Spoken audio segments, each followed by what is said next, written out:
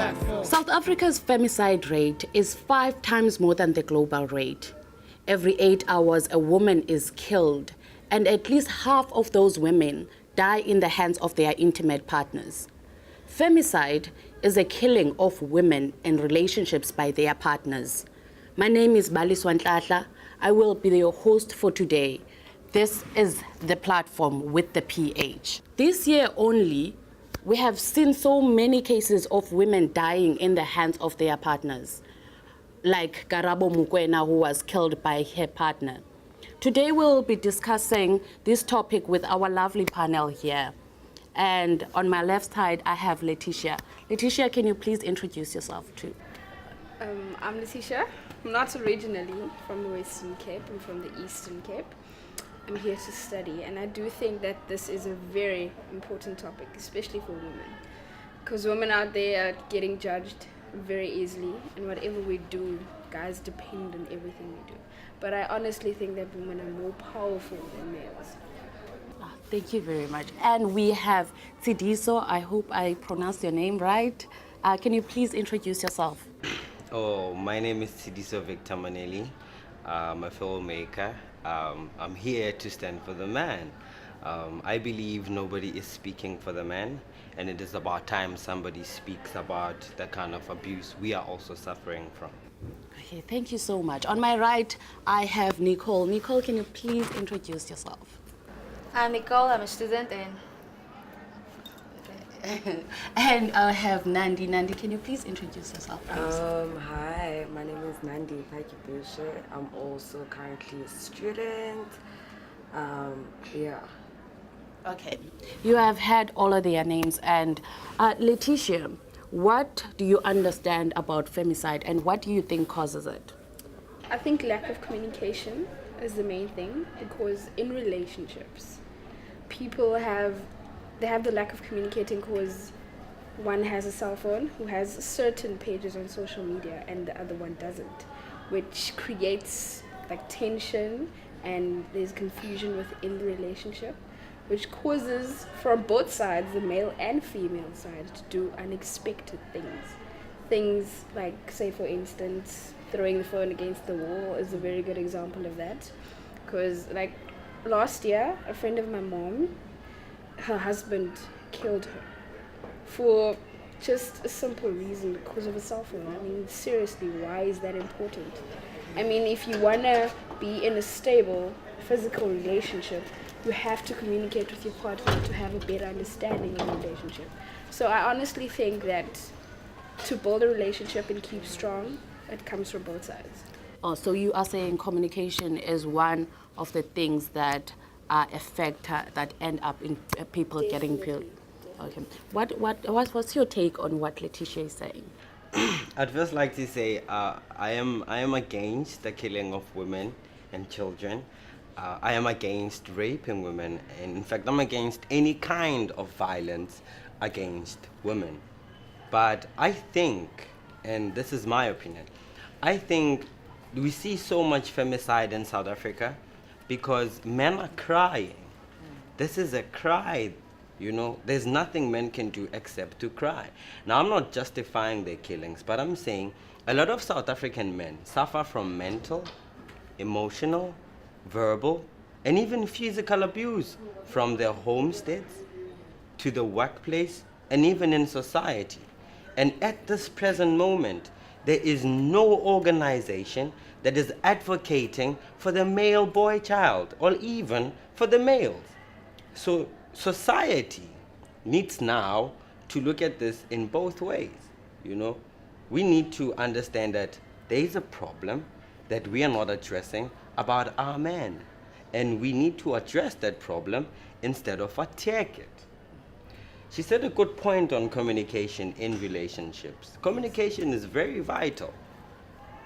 If men and women do not have good communication, nothing goes wrong. If one thinks their communication skills are much more better, or if they think they should be heard more than the other one, that's going to be a big problem.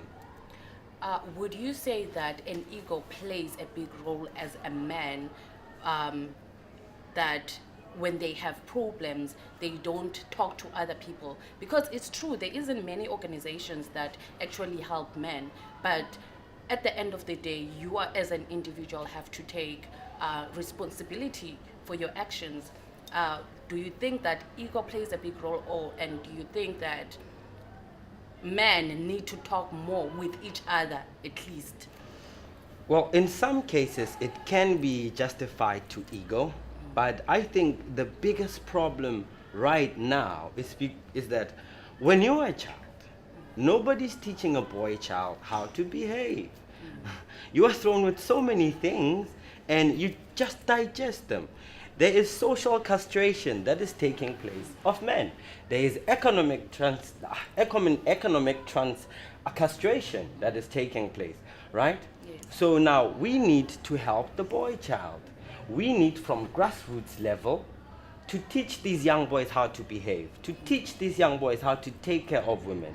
You know, we need to desensitize media and make sure that what these young boys see on social media about women is beautiful things. You know, if a young boy grows up on social media, the only thing he sees is a half-naked woman. Yes. That's the only thing he'll want to see till he dies, Yeah. a half-naked woman. So we need to desensitize even our women, because femicide is not a problem on just males only. This is a both gender problem. Would you say because of that, we have to sympathize with men? No, no, no. No woman has to sympathize or bow down or give themselves to a woman. No, no, no, no, no. To a man, I mean. As women, you need to understand who you were before now. I think the biggest problem is that women don't understand who were they before right now. Somebody needs to teach you about African women or just about the woman in particular. What is a woman in society, and how should a woman behave, and what constitutes what a woman is. Instead of women, I understand. Instead, we can wait for that, that's fine. Okay, okay. Nandi, what's your take on what he's saying? Wow. Okay. First of all, I'd like to on the topic itself, the Yes. subject. I think femicide in itself is like a psychological, I don't know, like imbalance of some sort, because any human being, like, how do you justify taking somebody's life? You know what I mean? On that basis. So I feel like whether you're man, you're woman, first of all, you have no right to take anyone's life.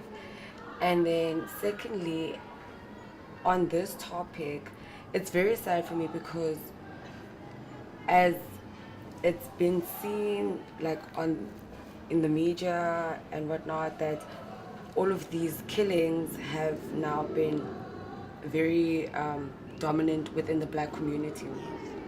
And it speaks a lot about the type of men we have in the black community, you know. And personally, I think that ego does play a huge role in it. I think that trauma plays a huge role in it. I think certain teachings or behaviors that have been passed on from generation to generation plays a huge role in it.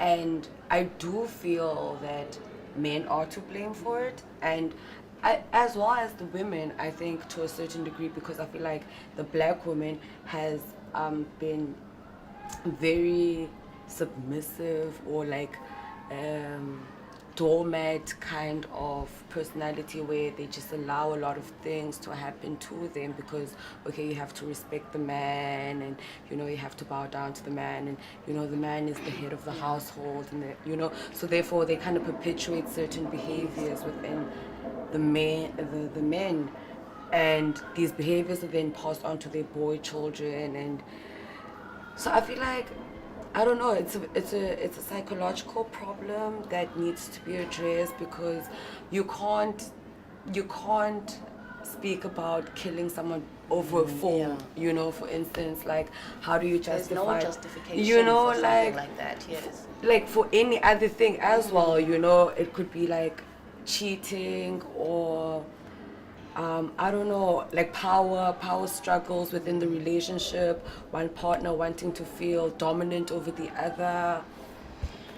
So like you can't justify it. So I don't know. I feel like we need to, like, as a group of people, being the black community, like look at the relationships we have with ourselves and with our partners, because I feel like it's about like appreciating yourself and loving yourself first and knowing your worth to yourself and like what you came here for before like now depending on others and wanting to latch on to certain, I don't know, relationships and stuff like that. I'm not sure, guys, if you would agree with me in this case, is that femicide is a result in most cases of abuse. Yeah. Nicole, what do you think about that? Do you think that abuse does play a big role, and what can a woman do if they find themselves in that type of situation? I grew up around abusive relationships. I wasn't in one, but I see that all the time. And as a young woman, I see that a lot of young women think that it's supposed to be like that. Yeah. And I don't think it's supposed to be like. It's frustrating for me that some women are weak. They are accepted that they stay in that relationships, which makes me angry because you have a choice. Everyone has a choice. That is why there is women's right. So a lot of women fought and died so that they have a right to love and to say something. So I would say it is wrong, and leave the relationships. Once the man talks away to you in a way that you do not feel comfortable or he doesn't appreciate you, leave. There's a lot of fish in the sea, so just leave. You see, in these cases, most women, they just stay. They stay. You can talk to a person and say, this is bad. You can see it. You even see it yourself. But then they stay. What can you really say to them so that they end up saving their own lives instead of staying until it's too late? I had a few friends who actually stayed in the relationship. No matter what you tell them to do, they don't listen. Either they think you are jealous of the relationship, or just think that you are in for them. So I would just say, like, if something happens to you, it's your own fault. So if you don't listen, you don't listen. So die. You have had people what our panel had to say. We're going to take a short break and we'll be discussing this topic further. From the sun to the moon, we go shoot for the stars. What caused them? Sometimes it's a lot of things, can be economical or social problem that led to the domestic violence. But in order to prevent that, I should think the government somewhere, it need to be involved and takes a roadshow to educate everybody, including both gender, about this domestic violence, this about abusing or killing women and children. The platform, all about the talk.